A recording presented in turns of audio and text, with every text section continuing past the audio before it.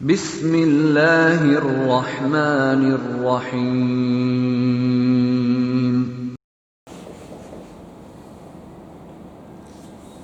آج ہم لوگ گفتگو کریں گے فارسی کی اخلاقی کتابوں پر۔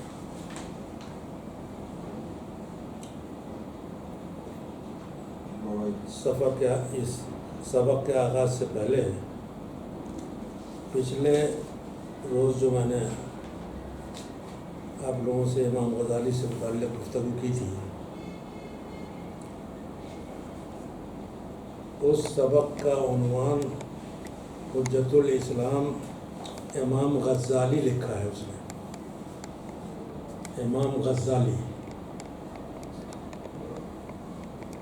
اس دن ہی ہمیں شبہ ہوا کہ غزالی لفظ تو نہیں ہے،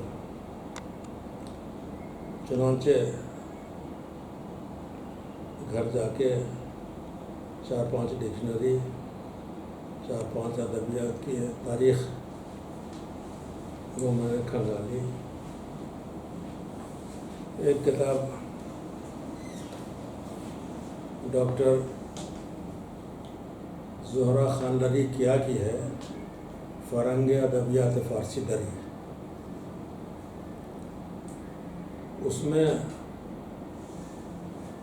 امام غزالی لکھا ہے، غزالی نہیں۔ اب یہ سوال اٹھتا ہے کہ تشدید تو نہیں دیتے ہیں؟ اردو میں تشدید دینے کا رواج نہیں ہے، عربی میں تو خیر اس کی بات ہی الگ ہے، لیکن فارسی جدید میں تشدید لازمی طور پر دیا جاتا ہے، اور لکھنے والا اس کا خاص دھیان دیتا ہے کہ مشدد الفاظ پہ تشدید واضح طور پر لکھ دیا جائے۔ تو ڈاکٹر زہرہ خانلری کیا نے اپنی کتاب فرنگ ادبیات فارسی دری میں غزالی پر تشدید نہیں دیا ہے۔ فیروز اللغات فارسی حصہ دوم کے صفحہ 167 پہ غزال، غزالہ، غزالی یہ الفاظ ہیں۔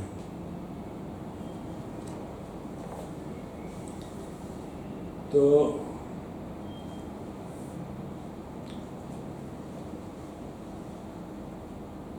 غزال ہرن کا بچہ یا مادہ ہرن، اسی سے غزل بنائے۔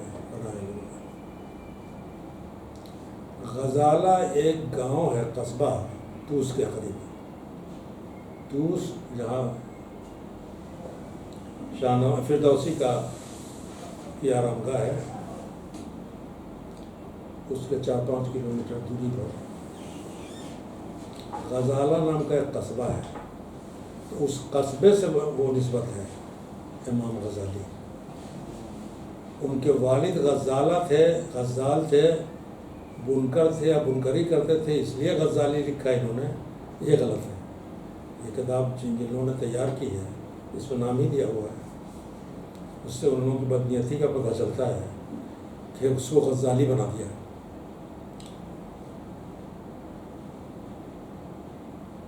فرنگ فارسی عمید بہت ہی ضخیم فرنگ ہے، اس میں بھی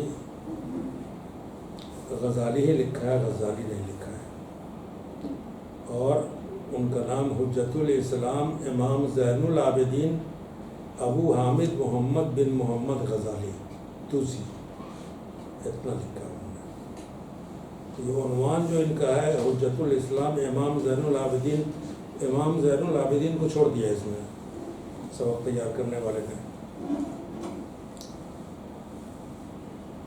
ابو حامد دیا ہے کہ ابو حامد محمد بن محمد غزالی، ٹھیک ہے اتنا، لیکن حجت الاسلام تو یہی ہے عنوان میں، امام زین العابدین دینا چاہیے، یہ اصل نام ہے ان کا، امام زین العابدین ابو حامد، یہ ان کا نام ہے۔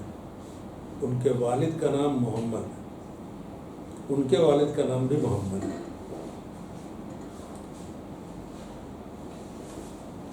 اور اس میں یہ لکھا کہ پدرش محمد پیشہ بافندگی داشت و لقب غزالی از زمین پیشہ پہ درست، یہ صحیح غلط ہے یہ کہ وہ بافندگی کا پیشہ کرتے تھے اور اس پیشے کی مناسبت سے غزالی انہوں نے اختیار کیا۔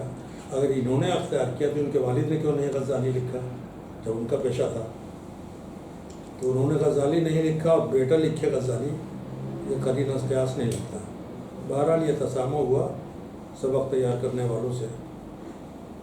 دوسری خامی اس میں یہ ہے کہ انہوں نے لکھا کہ ابو حامد محمد اور ان کے چھوٹے بھائی احمد اپنے والد کی وفات کے بعد اپنے والد کے دوست کی شاگردی میں داخل ہوئے، جن کا نام احمد بن محمد رادکانی تھا۔ لیکن یہاں بھی ایک غلطی ہوئی کہ ان کا نام امام غزالی کے والد کے دوست جو بڑے عالم تھے ان کا نام احمد بن محمد رادکانی نہیں بلکہ ابو حامد احمد بن رادکانی تھا۔ یہ وضاحت کر دینا ضروری ہے تاکہ آپ لوگ تسامح میں نہ اشتباہ نہ ہو کسی طرح کا۔ دوسری بڑی غلطی اس سبق میں یہ کی گئی ہے، دوسرے پیراگراف میں دوسری لائن میں کہ خود برادر خود احمد غزالی را جانشین خود در تدریس کرد و با اندیشہ سیر و سلوک از بغداد بجانب حجاز رفت، کہ سیر و سلوک کے مقصد سے بغداد سے یہ حجاز کی طرف گئے۔ اب یہ کہیں نہیں لکھا انہوں نے کہ حج کرنے گئے، وہ روانہ ہوئے بغداد سے حج کے لیے۔ بحج رفت، بجانب حجاز بحج رفت ہونا چاہیے، اور حج کا کوئی ذکر ہی نہیں کیا انہوں نے۔ یہ بھی بڑی غلطی کی اس نے سبق تیار کرنے والوں کی۔ اس کا بھی خیال رکھیے کہ وہ حجاز گھومنے کے لیے نہیں بلکہ فریضہ حج کی ادائیگی کے لیے گئے تھے۔ پھر اس کے بعد اس علاقے میں یمن اور شام وغیرہ میں 10 سال تک رہے، زندگی گزاری علماء مشائخ کے درمیان۔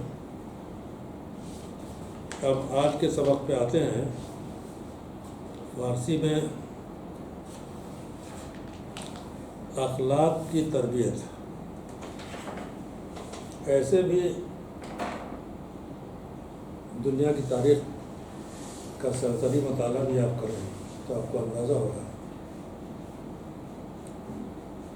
کہ اخلاق کی تربیت مشرقی ممالک میں ہمیشہ سے رائج رہی ہے، مغربی میں نہیں، یورپی ممالک میں نہیں، مشرقی ممالک میں اخلاق کی تربیت کا سلسلہ جب سے آبادی انسانوں کی اس وقت سے باقی ہے۔ مثلاً اسلام سے بھی 600-700 سال 1000 سال پہلے سے اخلاقی تعلیم کا سلسلہ ان ممالک میں رائج رہا ہے۔ چنانچہ جب ایران میں اسلامی حکومت قائم ہوئی تو شروع میں طاہریہ صفاریہ دور، آل بابائی کا دور، طاہریہ صفاریہ کے بعد سامانی دور حکومت، پھر اس کے بعد غزنوی خاندان کی حکومت ہوئی۔ سلجوقی عہد میں سلجوقی خاندان والوں کی جب حکومت ایران پر ہوئی، اس زمانے میں باضابطہ فارسی نثر میں اخلاقی کتابیں لکھنے کا رواج قائم ہوا، اور اسی عہد میں 4 مشہور اخلاقی کتابیں لکھی گئیں جن کے نام ہیں قابوس نامہ، گلستان سعدی، اخلاق محسنی اور اخلاق جلالی۔ یہ 4 کتابیں سلجوقی عہد میں لکھی گئیں۔ 4 کتابوں سے متعلق مختصراً اس کتاب میں تعارف پیش کیا گیا ہے۔ آج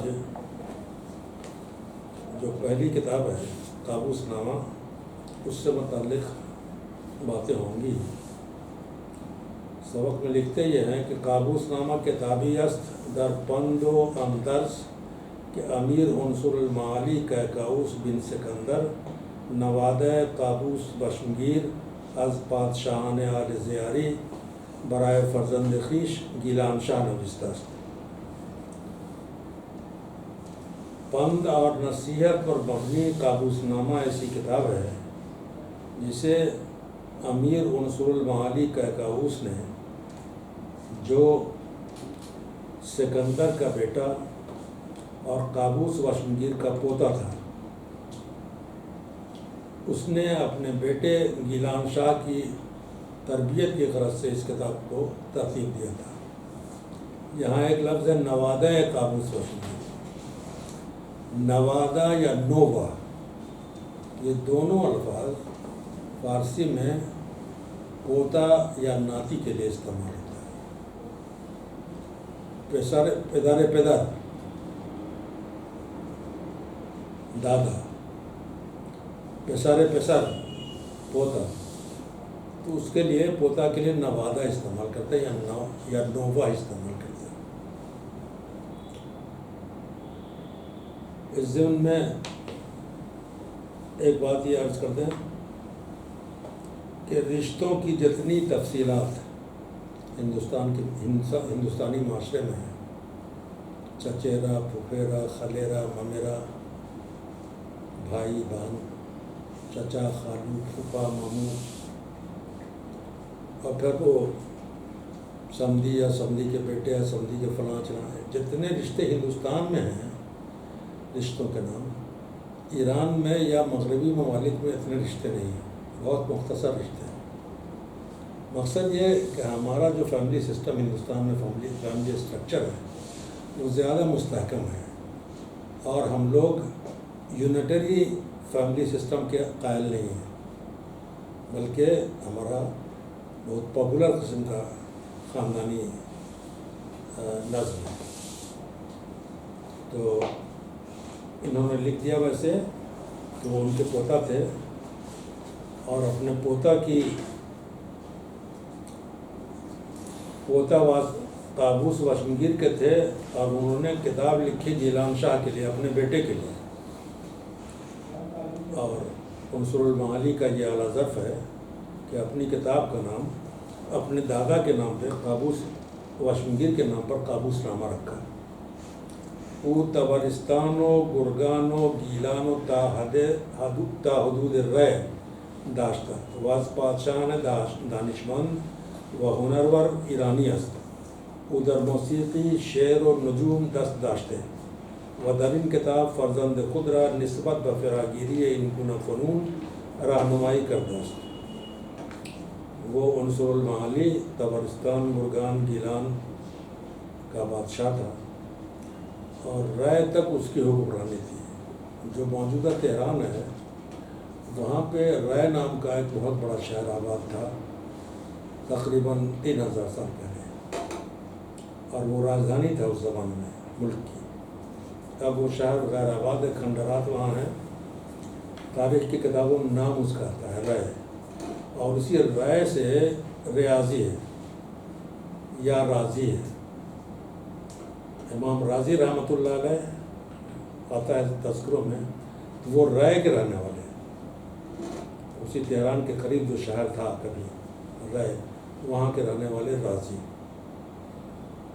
رائے تک حکومت تھی ان کی، اور ایک دانشمند، ہنر پرور، علم و ادبیات کی حوصلہ افزائی کرنے والا بادشاہ تھا. موسیقی اور شعر و نجوم میں بھی اس کو دسترس حاصل تھی، اور اپنے بیٹے کو اس نے نصیحت کی کہ ان تمام فنون میں وہ بھی مہارت پیدا کرے. قابوس نامہ در سال 475 ہجری فراہم آمد و 44 باب دارد کے از فنون مختلف از زمان و آداب و رسوم کشورداری و بازوگانی دانش و ہنر ہمراہ با دانستان ہے سخن برہنہ. قابوس نامہ کتاب 475 ہجری میں تیار ہوئی.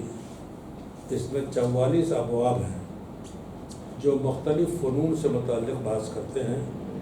اس زمانے کے آداب و رسوم، جہانگیری اور جہانداری، کشورداری ہے جہانداری، یعنی انتظام حکومت، اور جہانگیری ہے ملک کو حاصل کرنا، فتح کرنا۔ تو جہانگیری اور جہانداری کے فنون کی باتیں بھی اس میں ہیں، تجارت سے متعلق باتیں بھی ہیں، مختلف قسم کے کلا اور کوشل کی باتیں ہیں، دانش و ہنر، آرٹس اینڈ کرافٹس کی باتیں ہیں، اور تمام باتوں کو داستانوں کے ذریعے واضح کرنے کی کوشش کی گئی ہے۔ مندرجات ان کتاب معروف طرز فکر یک بادشاہ و جہاں بینی و طبی تعصبی اوست و نشان میں دہد کہ نویسندہ ہم طراز بہترین نویسندگان زمان خود بوده است. قابوس نامہ با ناصری سادہ و از برجستہ ترین آثار زبان فارسی است. کتاب کا مصنف یعنی بادشاہ عنصر المعالی کیکاؤس جہاں دیدہ انسان تھا، بے تعصب تھا، اور کتاب کے مطالعے سے یہ پتہ چلتا ہے کہ اعلیٰ قسم کی، اعلیٰ طرز کی فارسی نویسی کا نمونہ ہے یہ کتاب، اور اس زمانے میں جو فارسی رائج تھی اس عہد کی زبان میں یہ بہت ہی مقبول زبان تسلیم کی گئی. بہت ہی سادہ نثر ہے اس کی اور برجستہ کلام ہے اس کے. ظاہر ہے کہ نثر کی زبان کی سادگی اور ترتیب، سجاوٹ، اس کا اثر قاری پر پڑتا ہے اور قاری اسے قبول کرنے کی کوشش کرتا ہے. اس میں کتاب کے لکھنے والے کی محنت کارآمد ہوتی ہے، اس لیے کہ وہ اثر انداز ہوتی ہے.